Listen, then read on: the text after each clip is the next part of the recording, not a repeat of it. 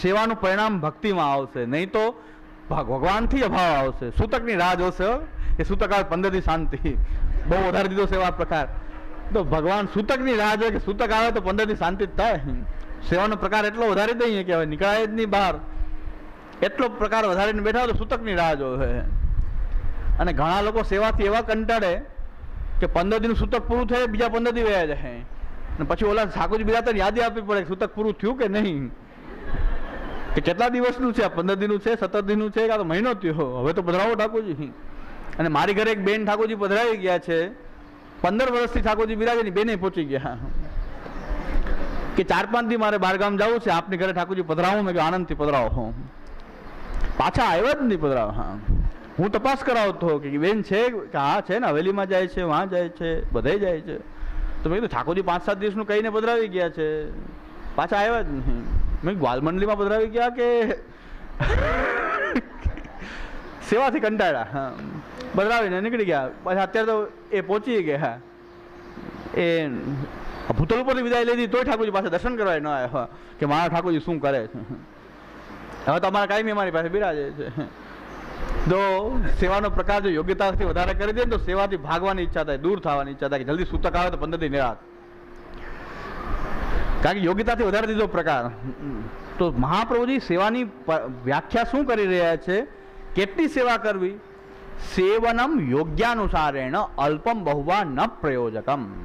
વધારે સેવા કરવાથી વધારે ફળ થશે, વધારે કૃપા થઈ જશે એવું માનવાની જરૂરિયાત નથી, પણ યોગ્યાનુસારેણ, સેવનમ યોગ્યાનુસારેણ અલ્પમ બહુવા ન પ્રયોજકમ. વધારે સેવા કરે કે ઓછી સેવા કરે એ મહત્વનું નથી, પણ સેવનમ યોગ્યાનુસારેણ. તમારી સેવા તમારી યોગ્યતા તમારે નક્કી કરવી પડે કે મારો ભાવ ક્યાં સુધી ટકે એમ છે.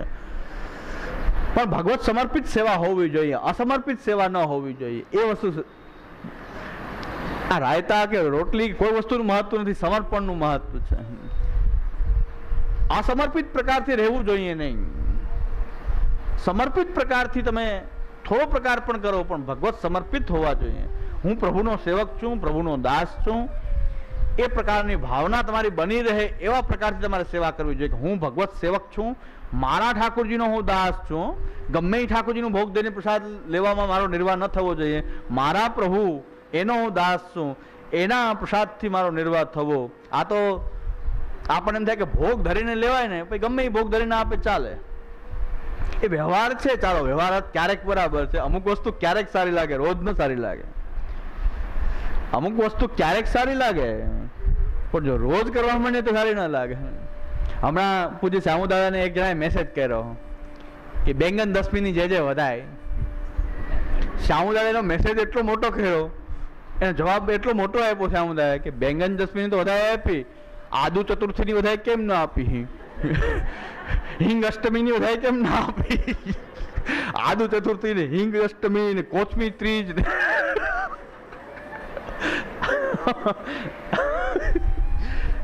કે રોજ કે વધારે આપશું આપણે, કોચમી ત્રીજ ની વધારે છે, આજે આદુ અષ્ટમી ની વધારે.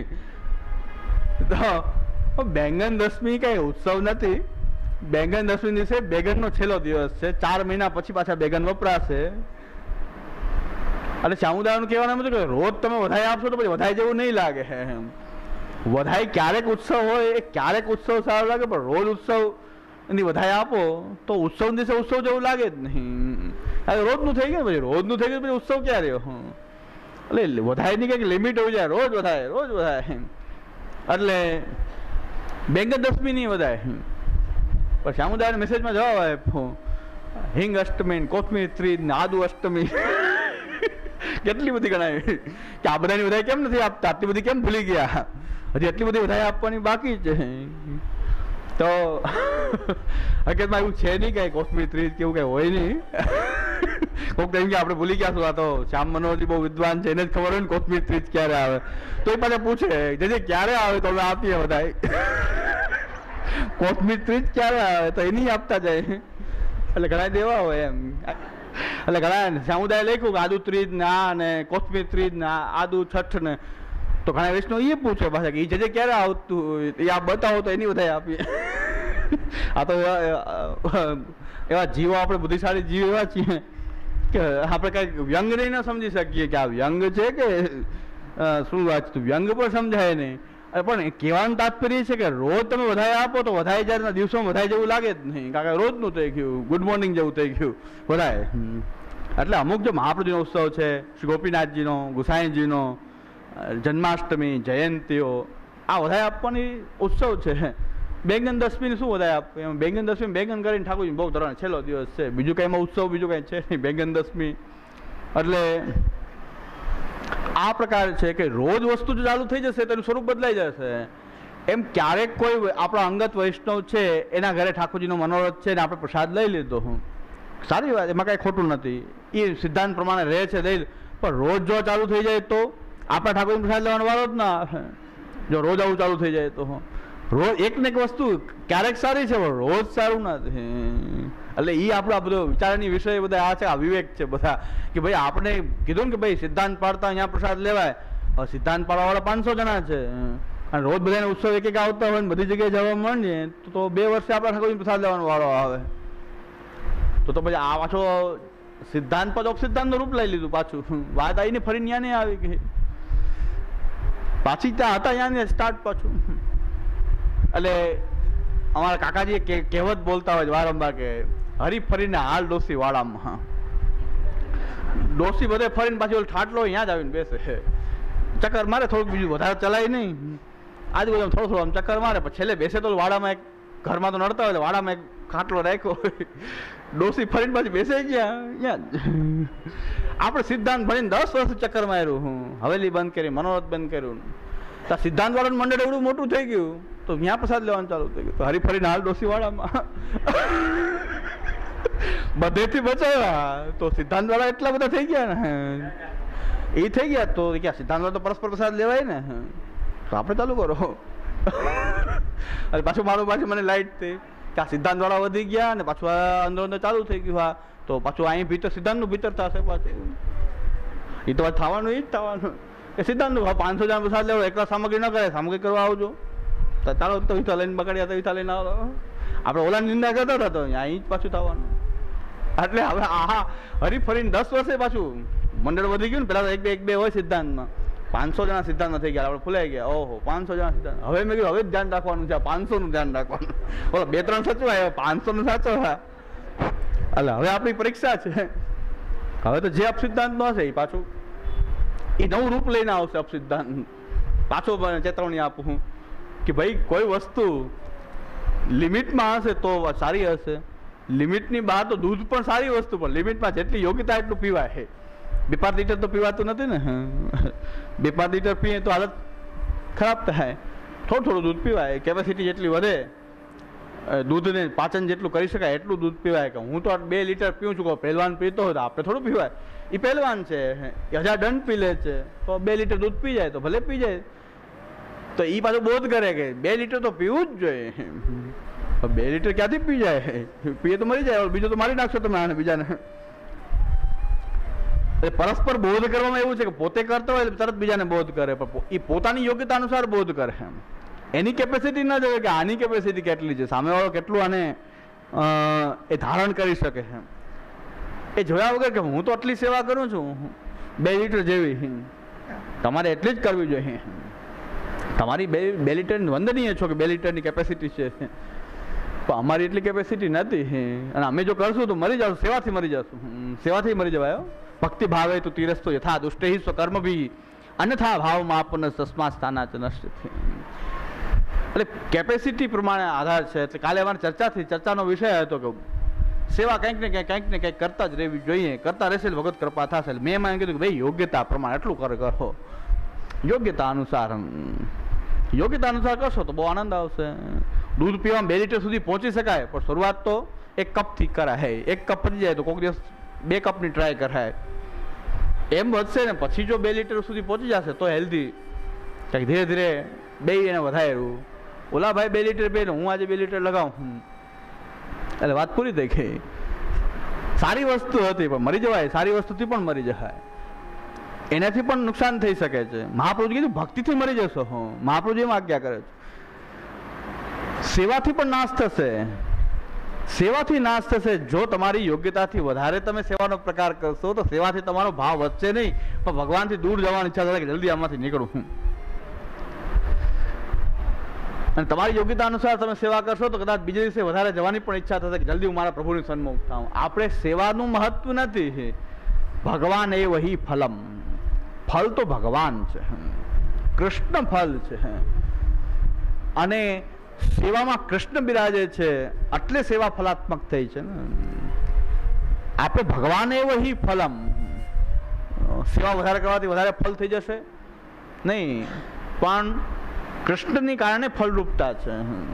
આ મૂળ વાત આપણી આ છે, શ્રી કૃષ્ણ શરણમ મમ.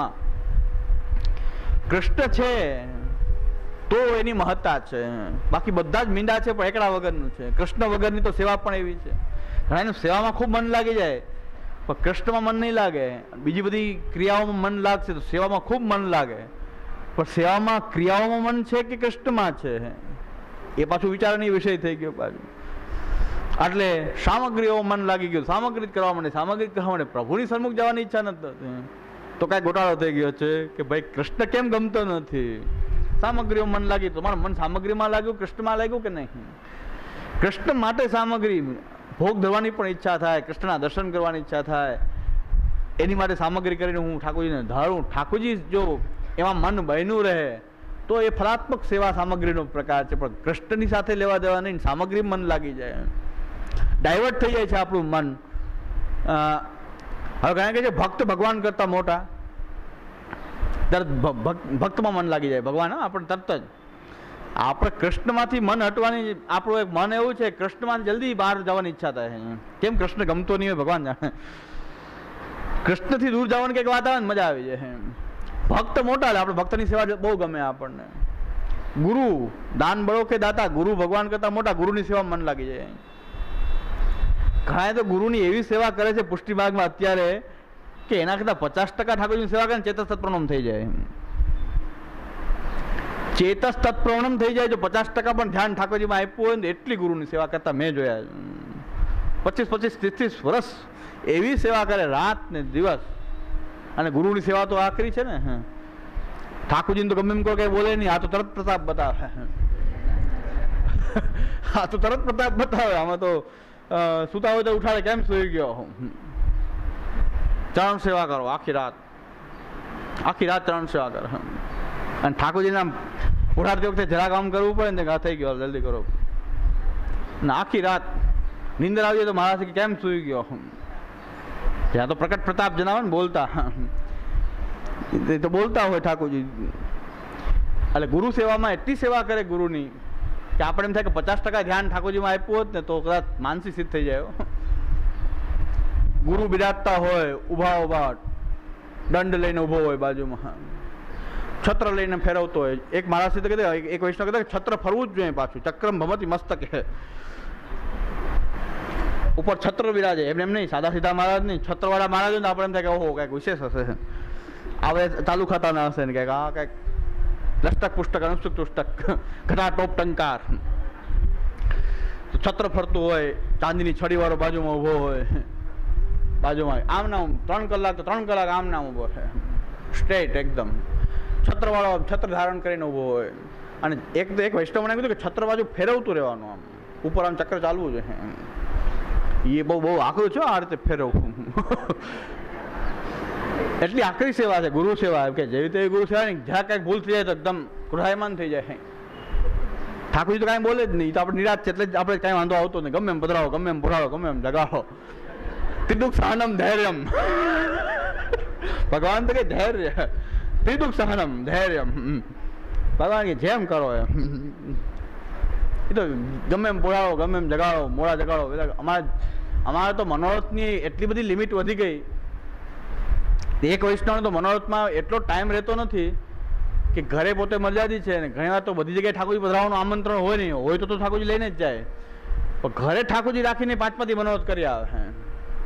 એના પત્ની ખાય દૂધ ધરી દે, પાછી મર્યાદ ન હોય પછી સકડી ધરાય નહીં ને, દૂધ ધરી દે ખાલી ઠાકોરજી. પોઢાડેલા ને પોઢાડે ઠાકોરજી 5 દિવસ પોઢા રહે મનોરથ માટે. વૈષ્ણવની સેવા ફલરૂપ છે. આ શું કરી રહ્યા છે આપણે? કૃષ્ણ ગૌણ થયા પછી વૈષ્ણવની સેવા મુખ્ય થઈ ગઈ. વૈષ્ણવની સેવા, ચાલો નિંદા નથી કરતો, વૈષ્ણવની સેવા કરે જેમ કહું, ચાલો વૈષ્ણવની સેવા કરે, ગુરુની સેવા કરે. તો માર્ગનો પહેલો મંત્ર હતો શ્રી કૃષ્ણ શરણમ મમ. કૃષ્ણ મારું ઘર છે. શરણનો અર્થ ઘર પણ થાય.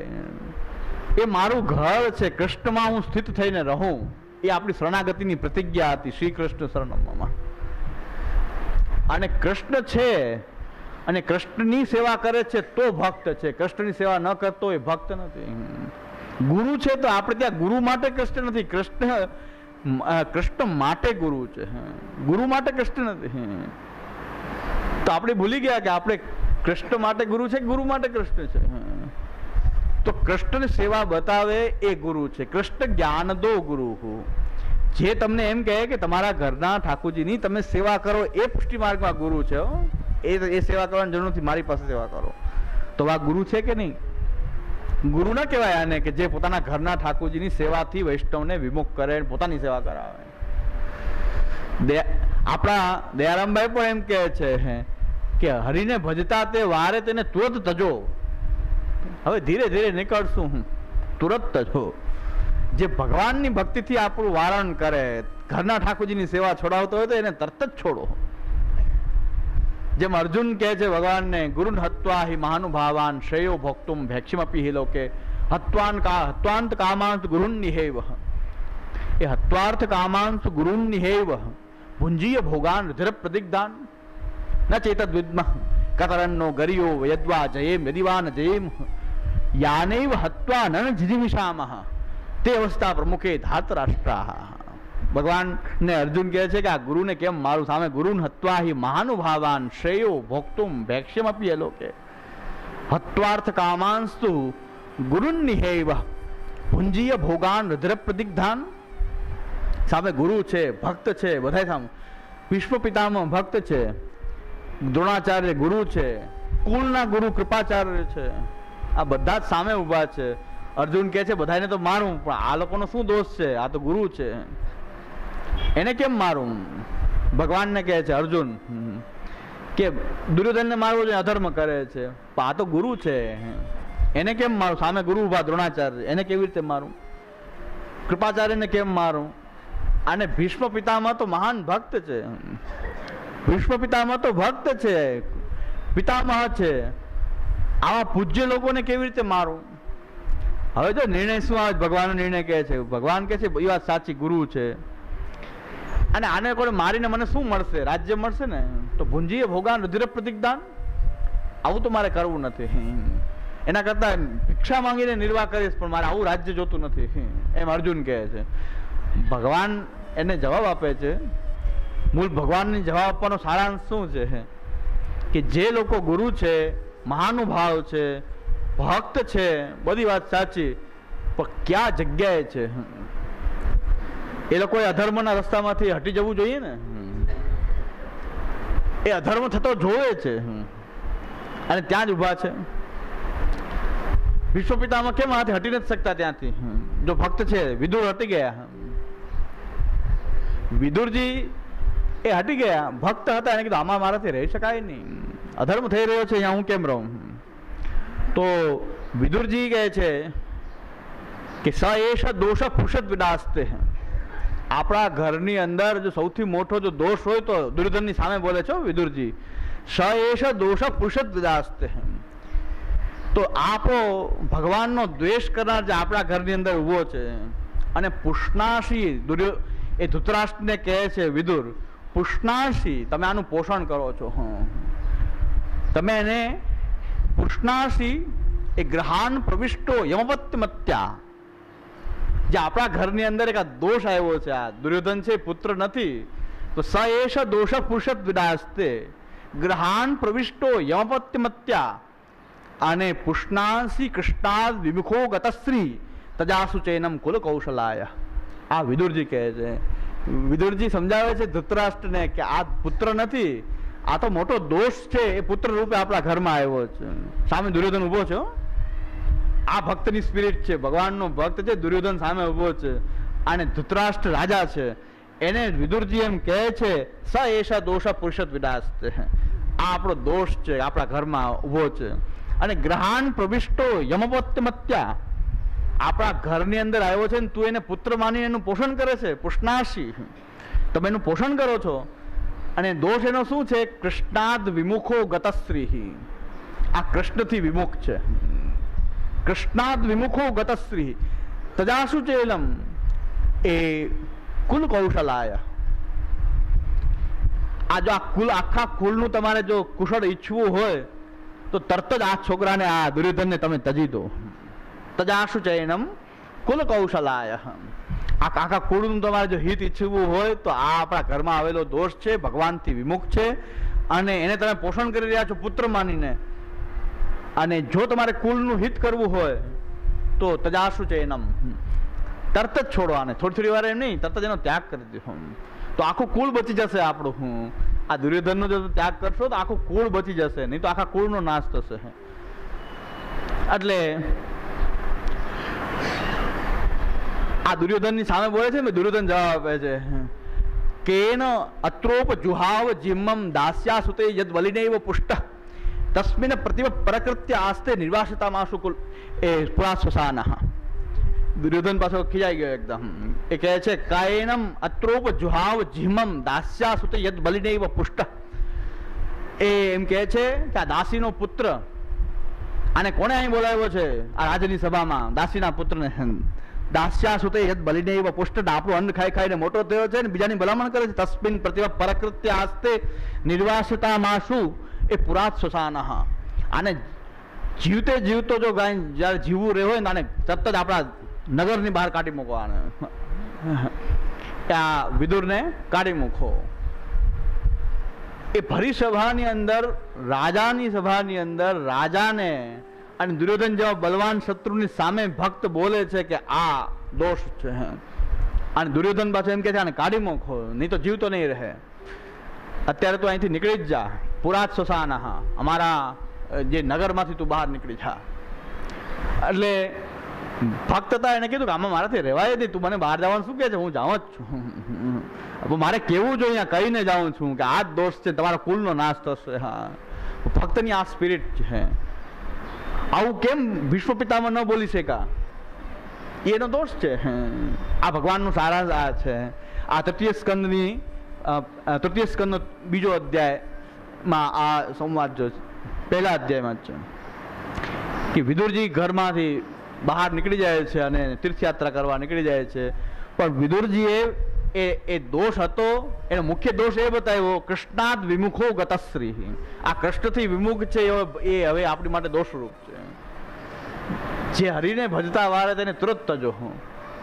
પછી ગમે તે હોય, વલ્લભ કુલ હોય, વૈષ્ણવ હોય, ભક્ત હોય, જો કૃષ્ણ આપણા ઘરના ઠાકુરજી જે આપણા ઘરમાં પ્રકટ થયેલો જે કૃષ્ણ છે એની સેવાથી જો વિમુખ કરતો હોય અને બીજે ક્યાંય આપણું ધ્યાન દોરતા હોય તો એનો આપણે તરત જ એને ત્યજવા જોઈએ. જો તરત જ નહીં ત્યજી શકીએ તો ક્યારેય નહીં છોડી શકીએ, તો ધીરે ધીરે ક્યારેય છૂટતું પણ નથી. એટલે આપણે જે કાંઈ બતાવી રહ્યા છીએ એ આ હેતુથી બતાવી રહ્યા છીએ કારણ કે આપણે ભક્તિ માર્ગીય છીએ. આપણે ભક્તિ માર્ગીય છીએ, શરણાગત છીએ. શ્રી કૃષ્ણ શરણમમાં આપણી પ્રતિજ્ઞા છે. શ્રી કૃષ્ણ મારું ઘર છે, એમાં આપણે નિવાસ કરીએ. કૃષ્ણથી દૂર આપણે રહેશું તો આપણી શ્રી કૃષ્ણ શરણમની પ્રતિજ્ઞાનો ભંગ થઈ જશે. શ્રી કૃષ્ણ શરણમ એટલે કૃષ્ણ મારું ઘર છે અને એમાં હું નિવાસ કરું છું. ભક્તની સેવા, જો સાચો ભક્ત હોય તો પોતાની સેવા ન કરાવે. એમ કે તારા ઘરના ઠાકોરની સેવા કર, તો ભક્ત હોય. પોતાની સેવા કરવામાં એને મજા આવી જતી હોય તો પછી ભક્ત નથી. ભક્તો ભજતો હોય તો ભક્ત, ભજતો ન હોય તો ભક્ત કેમ કેવો? ગુરુ કૃષ્ણનું જ્ઞાન આપે તો ગુરુ, કૃષ્ણનું જ્ઞાન ન આપતા હોય તો ગુરુ સેના. તો વાત પૂરી થઈ જાય. તરત જ તેજો, તરત જ છોડી દેવા જોઈએ કે આવા ગુરુથી શું કામ જો કૃષ્ણનું જ્ઞાન ન આપતા હોય તો. ફી લઈ લે, ભણાવે નહીં. ટ્યુશનમાં જાય, ટ્યુશનની ફી લઈ લે, ભણાવે કાંઈ નહીં. તો આપણે થોડી ઘણી ફી ફેરીઓ જતી કરવી પડે, પણ ત્યાંથી નીકળી જવું જોઈએ. નકર આખું વર્ષ બગાડશે. 2-4 મહિના આવું કરે તો 2-4 મહિના બગડ્યા તો બગડ્યા. ફી ગઈ તો ભલે ગઈ, ઘણા કે પાછા નહીં આપે તો ન આપે તો કાંઈ નહીં, ધરી દીધી ભેટ.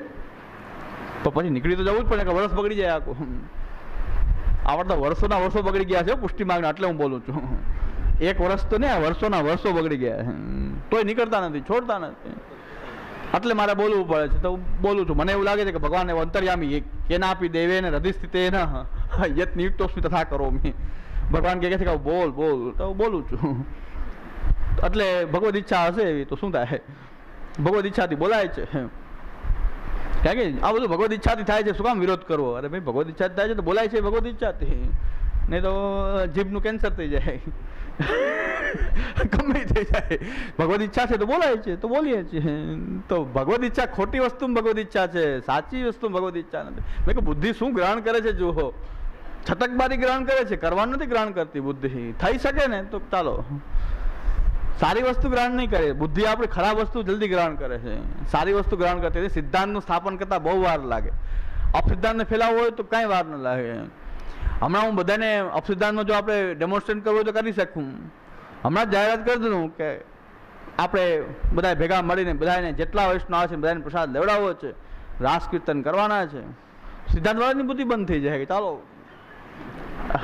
કૃષ્ણ રમાડે છે, રાસ ગોપીઓ ઘેલી થઈ છે, તો એ થઈ જાય, કોઈ વિચારવાનું બધે બંધ થઈ જાય. અરે પણ ચેક કરો કે આ કરવું જોઈએ કે ના કરવું જોઈએ. આપણે એ તો ધર્મા કે દર્શન તો કોક તો કરો, બધાએ ભણ્યા છો, એક જણો તો બોલો કે આવું કે આ ના કરાય, આ ન કરાય. સુરતમાં એક જણા ગેરંટી આપી છે કે આ માણસથી 10 વર્ષ પછી અહીંયા હવેલી ન કરે તો કહેજો. આ 10 વર્ષ પછી હવેલી ન કરે, 10 વર્ષ તો એમ કેમ નીકળી ગયા છે, બીજા 10 વર્ષનો ભગવાન જાણે શું થાય. કાંઈ વાંધો નહીં, હવેલી કરશે, 10 વર્ષ પછી કરશે, એ દિવસે અમે છોડશું તરત જ. તજાસુ ચૈનમ, એ તેજ આસુ ચૈનમ કુલ કૌશલાય. આ કુલ આખા વૈષ્ણવ કુલને જો બચાવવું હોય તો એક વ્યક્તિને દુર્યોધનને તરત જ છોડવો પડે. તજાસુ ચૈનમ કુલ કૌશલાય. 10 વર્ષ સુધી તો બોલશે ને સિદ્ધાંત, ત્યાં સુધી માનશું. હવેલી કરશે એ દિવસે અમે તરત જ છોડી દઈશું. ત્યાં દર્શન કરવા જશું તો પછી 10 વર્ષ ભેણા એના કામ. હવેલી કરી જ દે હું તો, ભણાઈનું કાંઈ શું થાય કાંઈ નક્કી નથી. થાય પણ 10 વર્ષ તો શાંતિ છે ને. 10 વર્ષની ભાઈ ગેરંટી આપી, 10 વર્ષ પછી કરશે ને કાંઈ વાંધો નહીં. 10 વર્ષ આનંદથી સિદ્ધાંત ભણશું, જ્યારે હવેલી કરશે ત્યારે એને ત્યજી દેશું. મહાપ્રભુજીના ગ્રંથનો આશ્રય કરશું. કોઈ નહીં હોય તો ગ્રંથ તો બોલશે ને સિદ્ધાંત, કોઈ કદાચ નહીં બોલે તો કાંઈ નહીં. પણ આપણી તરત જ ખરાબ બુદ્ધિ જલ્દી ચાલે છે, આપણી સારી બુદ્ધિ ઓછી ચાલે છે. એટલે આંધળું અનુકરણ તો મારું પણ ન કરવું જોઈએ. કોઈ ગમે સારી વાત કરે એનું પણ ન કરવું જોઈએ. કારણ કે દૂધનો દાજો છાશ પણ ફૂકી ફૂકીને પીવે એમ કે દૂધનો દાજી ગયા છીએ આપણે દૂધથી, તો છાશમાં પણ આપણને ખબર છે આમાં દજાય નહીં, છતાં પણ ફૂંક મારી લાવું શું વાંધો. એટલે સેફટી એ છે ઘરમાં રહીને સેવા કરીએ, ગ્રંથોનું અધ્યયન કરીએ. અધ્યયન માટે ભેગા થઈએ તો દોષ નથી, તો બીજી કંઈક પ્રવૃત્તિથી ભેગા થવાનું વધારે આપણે જો કરશું તો ક્યાંક પાછો દોષ પાછો પ્રકટ થશે. અધ્યયન માટે ભેગા થવું જોઈએ, સત્સંગ માટે ભેગા થવું જોઈએ, એમાં કોઈ દોષ આવવાનો સવાલ નથી. લૌકિક પ્રસંગાર્થ ભેગા થઈએ એમાંય વાંધો નથી. પણ જો સમુદાયના રૂપમાં ભક્તિ કરવા ઈચ્છશું, કારણ કે છે ને સંપ્રદાયના સિદ્ધાંતના વૈષ્ણવનું સંગઠન થવું જોઈએ. મેં કે ન થવું જોઈએ. સંગઠન કરવાની પ્રવૃત્તિ નથી. કારણ કે આપણે તો ગણતરી થશે, સંગઠન કરશું તો ગણતરી થશે કેટલા તમારા ગ્રુપમાં, કેટલા તમારા ગ્રુપમાં, કેટલા. સંગઠનની પ્રવૃત્તિ નથી. જેટલાને સિદ્ધાંત સમજવું બધા સાથે આવશે. સંગઠન નથી કે આટલા લોકો આ અવાજ દે બધા નીકળી પડું. સંગઠનની પ્રવૃત્તિ નથી. સંગઠન માટે સિદ્ધાંત નથી. સિદ્ધાંત તો આપણે આચરણ કરવા માટે જીવન જીવવાની આપણી આ પદ્ધતિ છે, પ્રણાલી છે, જીવન સાથે જોડાયેલી વસ્તુ છે. સંગઠન હોય તો ઠીક છે, ન હોય તો ઠીક છે. કારણ કે સંગઠન નથી, સંગઠન ન હોય પણ સિદ્ધાંત જીવે છે ને બસ વાત પૂરી થઈ ગઈ. સંગઠન ન હોય તો કાંઈ નહીં. કારણ કે માણસો ભેગા થશે, બધાના વિચારો અલગ અલગ હોય તો કાંઈક મતભેદ તો ઉત્પન્ન થતા જ હોય છે. સંગઠન બહુ જરૂરી નથી, હોય તો સારી વાત છે પણ જરૂરી નથી. સંગઠન જરૂરી નથી. અને સંગઠન ન હોવાને કારણે ઘણી વખત આપણે ઘણું સહન કરવું પડે, એ વાત સાચી છે.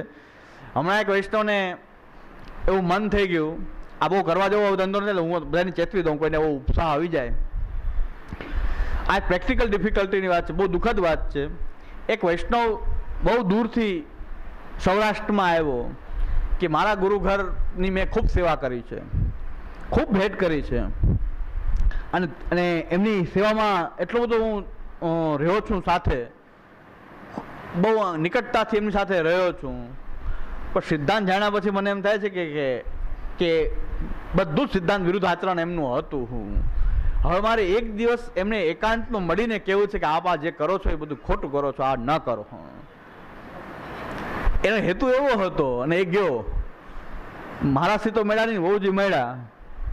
અને હજી તો એ બહાર નીકળ્યો ત્યાં તો કેટલાય ગુંડાના ફોન આવ્યા કે તું કેમ માણસીને બ્લેકમેલ કરે છે ને, તું કેમ માણસીને દબાવે છે ને, તું અહીંયા આવવાનું, પગ તોડી નાખે ને.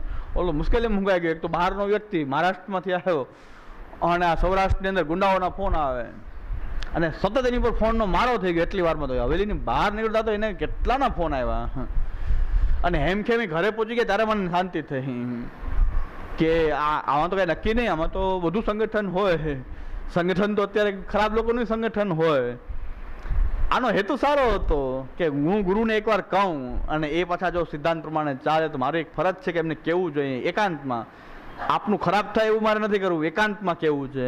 એને એટલી બધી ગુરુની ઓલી હતી કે એને ઓલું ન થાય કે એકાંતમાં હું કહું. ત્યાં તો કેટલા ગુંડા એની પાછળ લાગી ગયા, એ માંડ બચાવીને એમને કાઢવા પડ્યા. તો પછી મારાથી જેટલી મદદ થયેલી મેં કરાવી વૈષ્ણવ દ્વારા કે આને ભાઈ શાંતિ તમારા ઘરમાં સાચવો, એક દિવસ તો ક્યાંય બહાર નીકળવા જો નહીં, લેવા એક અજ્ઞાત જગ્યાએ એને મેં કીધું અત્યારે તમે બહાર નીકળો નહીં, અને જેટલા ફોન આવે રેકોર્ડ કરો, બીજું કાંઈ કામ કરો, ભલે ગાળો દે શાંતિથી, પણ તમારે રેકોર્ડિંગ ચાલુ રાખો ફોનનું. એટલે ખબર પડે કેવી કઈ ગુંડાગીરી કરે છે. તો આપણે આ સ્થિતિ સુધી, વલ્લભ કુલના બાળકો અમે આ સ્થિતિ સુધી નીચે પહોંચી ગયા છીએ. હવે શું કામ ન બોલવું? હવે તો આ તો હદ થઈ ગઈ કે વૈષ્ણવો એની રક્ષા કરવા માંગે છે કે આપને હું જાહેરમાં ઉતારી પડવા માંગતો નથી, પણ હું આપને પર્સનલ એકવાર કહેવા માંગુ છું. એનો હેતુ એવો હતો. મને ઘણી વાર એને પૂછેલું કે આવું કહેવાય કે ના, મેં કહેવાય વિનંતીના રૂપમાં કે હવે તો એ કહેવામાં કે ભાઈ હવે ધ્યાન રાખજો. આમાં તરત હાડકા બાટકા તોડી નાખવાની વાત આવે છે.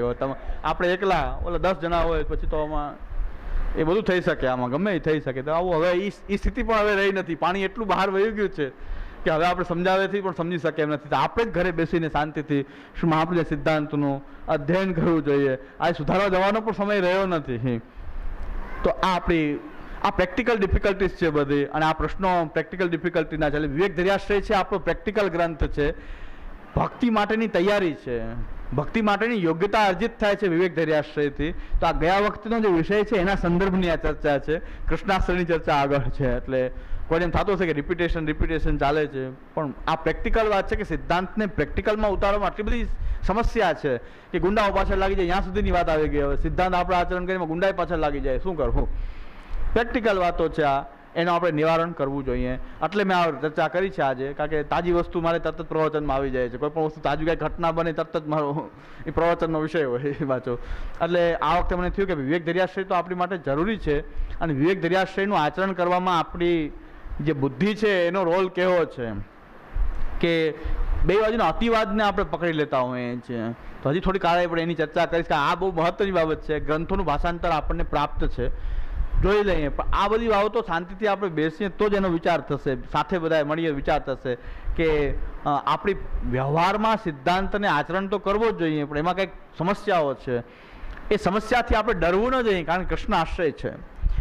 કૃષ્ણ આશ્રય છે એટલે ડરવું જોઈએ નહીં, પણ આપણે વ્યવહારમાં આવતી સમસ્યાઓનું નિવારણ કરવા માટે કંઈક વિચાર તો કરવો જોઈએ. એટલે વિવેક ધર્યાશ્રય છે આપણો પ્રેક્ટિકલ ગ્રંથ છે કે વ્યવહારમાં આપણે વિવેક ધર્યાશ્રય આપણા આચરણમાં આવવો જોઈએ. અને વિવેક ધર્યાશ્રય જો હશે તો એ ભક્તિ માટેની યોગ્યતા છે આપણી અંદર, કે ભક્તિ માર્ગમાં આપણે સુંદર રીતે એ ભક્તિ માર્ગનું આચરણ કરી શકીએ. જો વિવેક ધૈર્ય અને આશ્રય સંયુક્ત હોઈએ તો આપણે ભક્તિ માર્ગની આપણી ભક્તિ પણ પછી ખીલશે, એનો કંઈક ઓપ આવશે, તો ભક્તિનો પણ શૃંગાર થશે જો વિવેક ધર્યાશ્રય સંયુક્ત હશે તો. આજે એટલે વિવેક ધર્યાશ્રય જે આપણે ગ્રંથ લીધો અને એના બધા પ્રશ્નો ઘણા બધા છે, તો હું કાલે એની ચર્ચા કરીશ. સાંજનો વિષય આપણો અલગ હોય છે, નિષ્કામ લીલા છે, શહેરાઈજીનો એ ગ્રંથ છે, એ પણ ચાલે જ છે. એ નિષ્કામ લીલા પણ આ વખતે પૂરું થઈ જશે. ઘણાને ગ્રંથ પૂરો થવાની ઉતાવળ બહુ હોય છે કે ગ્રંથ આ તો એક ને કેટલું ચાલશે, પૂરું ક્યારે થશે? નવું ગ્રંથ લ્યો, પણ પૂરું કરવાનો માટે હેતુ નથી આપણો. એ તો આપણે રોજ 2 પાના વાંચી લઈએ તો 10 પાના લખેલા છે, 10 પાના 5 દિન વંચાઈ જાય છે, એ હેતુ નથી. પણ આપણે સમજીએ કે આચરણમાં આપણે કેવી રીતે એને લાવીએ, શું વ્યવહારમાં પ્રશ્ન છે, શું ડિફિકલ્ટી છે, એનું નિવારણ થાય, પ્રશ્નોત્તર થાય. એ શિબિરનો બહુ મહત્વનો ભાગ છે કે પ્રશ્નોત્તર થાય, અને દર વખતે આપણે ત્યાં પહેલી શિબિરથી પ્રશ્નોત્તર થાય છે, એ બહુ સારી વાત છે. સુરતમાં પહેલી શિબિરથી ઘણા પ્રશ્નો આવતા જ રહ્યા છે, આજે પણ ચાલુ થઈ ગયા છે. ને આની વિશેષતા છે કે પહેલે દિવસથી જ પ્રશ્નો ચાલુ થઈ જ જાય છે. બાકી હું 10-10 વર્ષથી પ્રવચન બીજી જગ્યાએ પણ કરું છું, મારે સામેથી કહેવું પડે કે હવે તો પૂછો, હવે તો કંઈક પૂછો, કે બધું સમજાય છે, બધું સમજાય છે. પૂછતા જ નથી. અમુક તો નિયમ છે કે પૂછાય જ નહીં કાંઈ.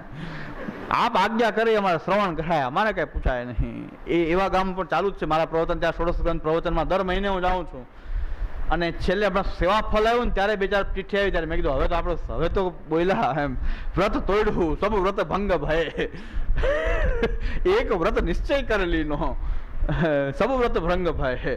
આપણે કીર્તન છે કે બધા વ્રત એક વ્રત નિશ્ચય કરેલીનો, કે પ્રશ્ન પૂછું અને તમારા વ્રતનો ભંગ તો કર્યો તમે, કે આજે કંઈક પૂછ્યું હું તો 10 વર્ષે કંઈક પૂછ્યું હું, નકર પૂછે જ નહીં, કોઈ ન પૂછે, મારે બોલી લેવાનું, સાંભળી લે, દડાઈને ચરણ કેરો, આ જ નિયમ.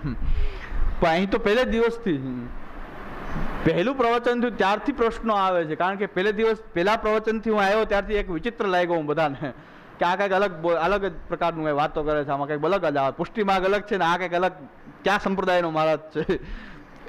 લોકો આમ ચકિત થઈ ગયા કે કાંઈક આ બધી વાત જુદી જુદી લાગે છે, કારણ કે અહીંનો માહોલ એવો હતો ને બધો અલૌકિક, એમાં હું લૌકિક આવ્યો. એટલે લૌકિક ને અલૌકિક ની માથાકૂટ છે બધી. હા,